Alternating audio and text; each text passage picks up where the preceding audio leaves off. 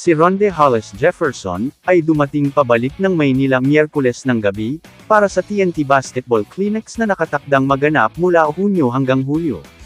Kinumpirma ni TNT Team Manager Jojo Lastimosa ang pagbabalik ng kanilang resident import, para makilahok sa RHJ on Tour. Ang kanyang pagdating ay magbibigay daan sa kanya na maabot ang huling yugto ng bid ng TNT, na makuha ang isang bihirang Grand Slam para sa Season 49 sa Philippine Cup. Balikbayan si RHJ at present siya sa unang pagkakataon, na makakaharap ng TNT ang Ginebra mula noong huling makaharap sa PBA Commissioner's Cup Finals. Nagkataon, si Hollis Jefferson ay nasa Maynila sa tamang oras para sa isang busy weekend para sa tropang 5G.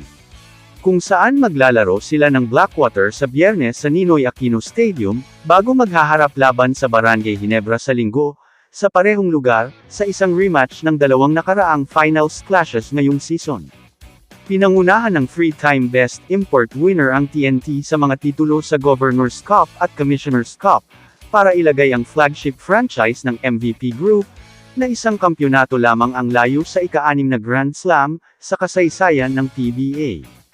Ang tropang 5G ay nagmamay-ari ng 5-3 win-loss record, at nasa 5 sunod na panalo patungo sa krusyal na katapusan ng linggo, na magpapasya sa paghahanap ng koponan para sa isa sa 4 na twice to beat, na insentibo sa quarterfinals.